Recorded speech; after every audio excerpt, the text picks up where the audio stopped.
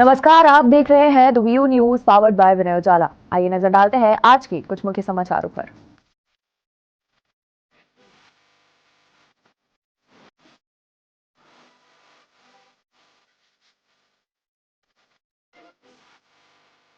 CM Mohan Yadav का कांग्रेस पर प्रहार। इंदौर में सीएम मोहन यादव ने सोनिया गांधी की नई शिक्षा नीति पर दिए बयानों का जवाब दिया। उन्होंने कहा कि कांग्रेस ने शिक्षा नीति का मजाक बनाया है और विद्वानों का अपमान भी किया है। मध्य प्रदेश के मुख्यमंत्री डॉक्टर मोहन यादव ने सोनिया गांधी के द्वारा केंद्र सरकार की नई शिक्षा नीति पर उठाए गए सवालों का जवाब देते हुए कड़ा प्रहार किया है। इसके अलावा मुख्यमंत्री ने वक्फ बिल के विरोध को लेकर भी कांग्रेस पर निशाना साधा। उन्होंने कहा कि कांग्रेस ने फेडरल सिस्टम का मजाक बनाया और न्यायपालिका को मजबूत करने का काम हम कर रहे हैं। सीएम ने कहा कि भाजपा न्यायालय के दायरे को बढ़ाने के लिए काम कर रही है, जबकि कांग्रेस मुस्लिम तुष्टीकरण के आधार पर झूठ बोल रही है। उन्होंने ये भी कहा कि तुष्टीकरण के आधार पर कांग्रेस जहां जा रही है वह मुस्लिम समाज और देश दोनों के लिए गलत है। सोनिया गांधी जी देश के शिक्षाविदों से बात करते, शिक्षा नीति 2020 पे बात करती तो ज़्यादा अच्छा रहता है। उनके सीमित ज्ञान का दुष्परिणाम यह आया कि उनके अंदर की और खासकर आज़ादी के बाद के कम लंबे समय तक कांग्रेस ने शिक्षा को जो मजाक बनाकर उसकी पोल की।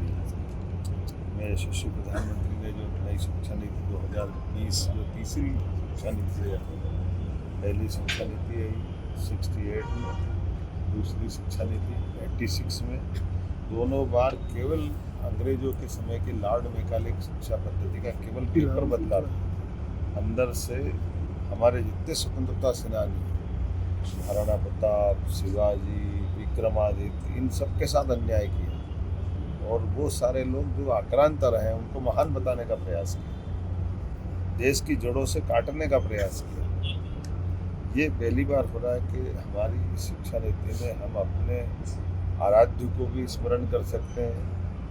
शिक्षा नीति के भरोसे से हम केवल बेरोजगार की डिग्री नहीं दे रहे, 2 डिग्री पढ़ना चाहे 2 पढ़े, 3 पढ़ना चाहे 3 पढ़े, पिता, दादा और पोता तीनों पढ़ना चाहे तो हमारे यहाँ पढ़ने की लिमिट अनलिमिट थी।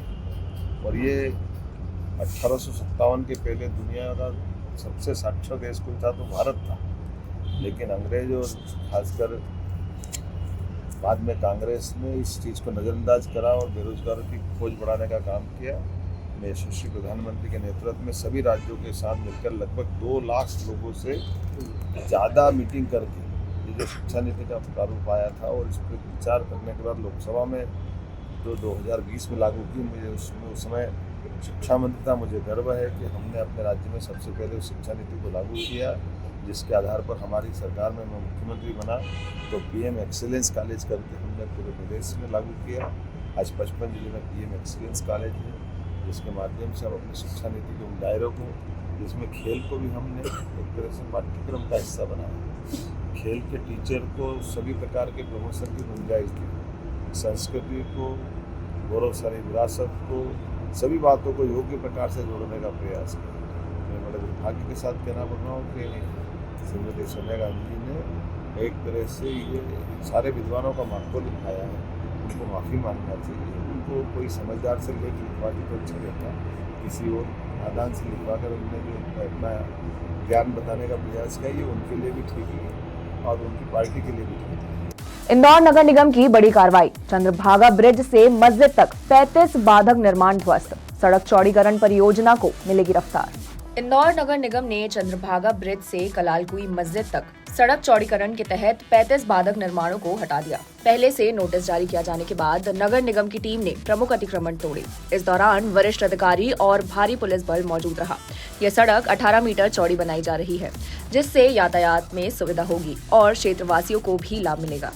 आज सुबह हम लोगों ने मस्जिद से चंद्रभागा ब्रिज तक के 35 मकानों के बाधक हिस्से जो हम लोगों ने पहले से बिल्डिंग ऑफिसर ने चिन्हित किए हुए थे, वो सुबह आज हम लोगों ने हटाए हैं। और हटाने के बाद में अभी जनसंपर्क में कमिश्नर साहब ने निर्देश दिए हैं कि तत्काल वहाँ पे रोड बनाने का कार्यक्रम भी शुरू हो जाएगा वहाँ पे। जी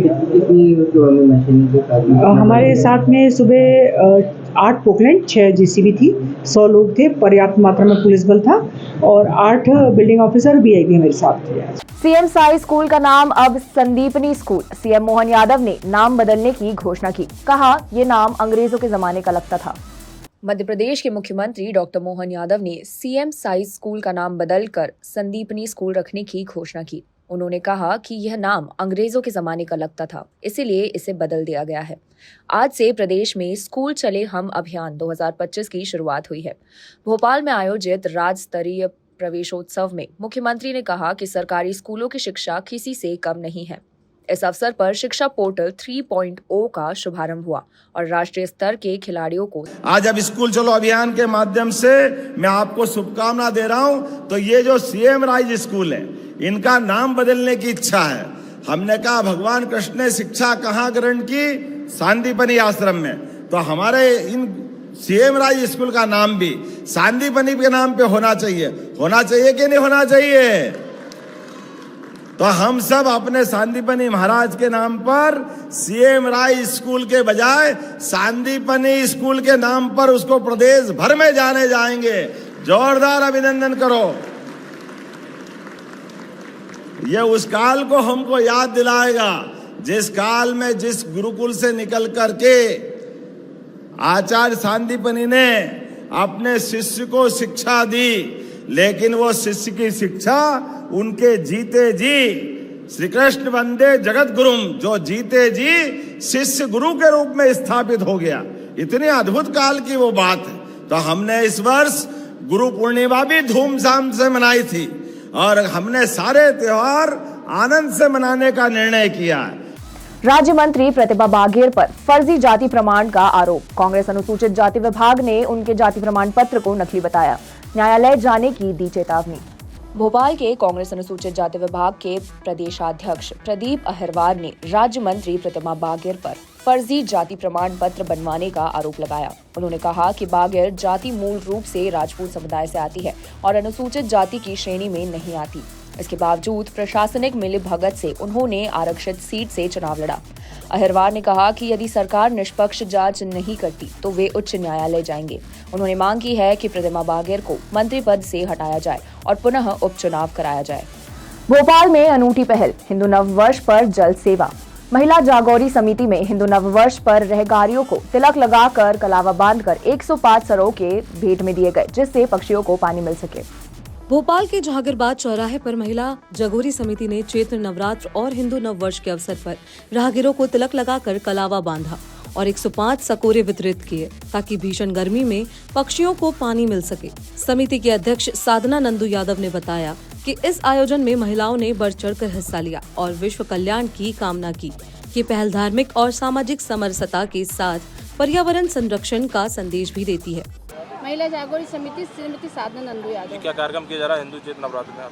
आज वर्ष प्रतिपदा हिंदू नववर्ष के आगमन पर महिला जागौरी समिति की ओर से, हमारी सभी बहनों की ओर से सभी यहाँ के निकलने वाले लोगों को नववर्ष की शुभकामनाएं दी जा रही। हाथ में कलावा बांधकर और माथे पर तिलक लगाकर, साथ में एक पक्षियों को पानी रखने के लिए एक सकोरा, यहाँ पर 105 सकोरे हमारी बहनों की ओर से बांटे जा रहे हैं। किस स्थान पे ये कार्यक्रम किया जा रहा है?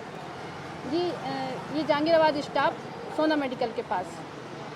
और साथ में आज बहुत ही खुशी और उत्साह का दिन है, क्योंकि आज से हमारा हिंदू नववर्ष प्रारंभ होने जा रहा है और हमारे जो माँ दुर्गा के जो 9 दिन के नवरात्रि की जो उपासना के दिन है, आज पहला दिन है। और यहाँ हमारे पूरे भारतवर्ष में इस दिन को बहुत ही उत्साह और उमंग के साथ मनाया जाता है। हिंदू नववर्ष निश्चित रूप से एक भारत और अखंड भारत का संदेश देता है। और आज ही के दिन हमारे यहाँ भगवान श्री राम जी का राज्याभिषेक हुआ था और आज ही के दिन भगवान ब्रह्मा जी ने इस सृष्टि की रचना की थी, और जब से सृष्टि की रचना की तब से हमारे पूर्वज आज के दिन को बहुत उत्साह और उमंग के साथ हिंदू नववर्ष के रूप में मनाते आ रहे हैं। तो आज के दिन हमारी सभी बहनें सभी को शुभकामनाएं देती हैं, और आज सभी को यहाँ पर तिलक लगाकर, माथे पे तिलक लगाकर, हाथ में कलावा बांधकर विक्रम संपत्ति 2082 की शुभकामनाएं दी जा रही हैं। ऐसी ही खास खबरों के लिए बने रहे हमारे साथ द व्यू न्यूज पर, पावर्ड बाय विनय उजाला।